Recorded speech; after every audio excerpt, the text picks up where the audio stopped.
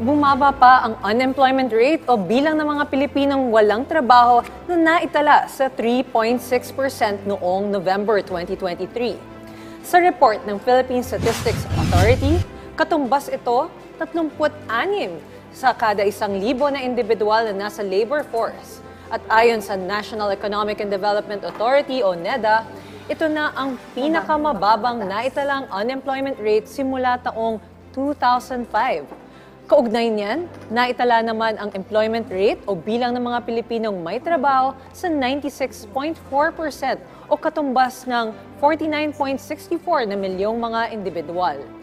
Kabilang sa mga sektor na may pinakamalaking pagtaas ng bilang ng mga trabaho ay ang agriculture and forestry, construction, transportation and storage, fishing and aquaculture at administrative and support services.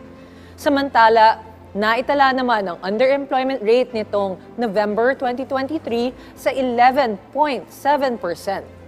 Sinabi pa ng NEDA na patuloy na susuportahan ng pamahalaan ang mas produktibong workforce sa pamamagitan ng pagpapatupad ng mga reforma.